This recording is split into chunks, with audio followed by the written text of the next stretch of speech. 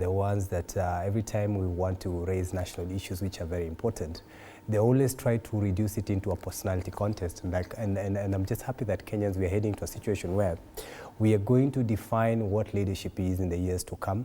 On June 25th, when we had the Gen Z demos, Fred, that very day in town, I was on a different station when we were doing an interview, and just after the show, around 10, I was seated with some young men who I think were being interviewed. They are part of the Gen Zs of that particular day. And there was a young lady there who was on TikTok. And as at the time when we began to talk from around, say, 10, 11, she was live with about 5,000 people, so 5 or 10,000 people. 3-4 hours later, she was live with 120,000 people. 120,000 people, Fred, is almost filling near a stadium, 30,000 people 5 times on a small phone.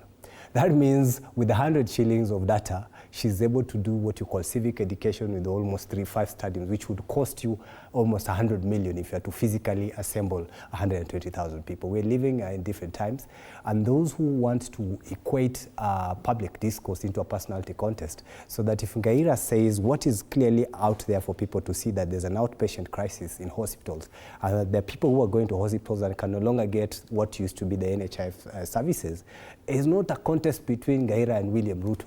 It's not a contest between Rift Valley and the Western region where I come. It's a public issue that must be addressed. And the issues that have been put in place here, Fred, are not rumors. It is not a rumor when you walk to a shop and you're trying to get breakfast for your family and you see that the prices are not the same. It is not a rumor when you want to fuel and go to a gas station and you have to pump fuel in a vehicle or even pay for fare to get here. The prices will hit you home, you understand? It is not a contest, it's not a contest between personalities.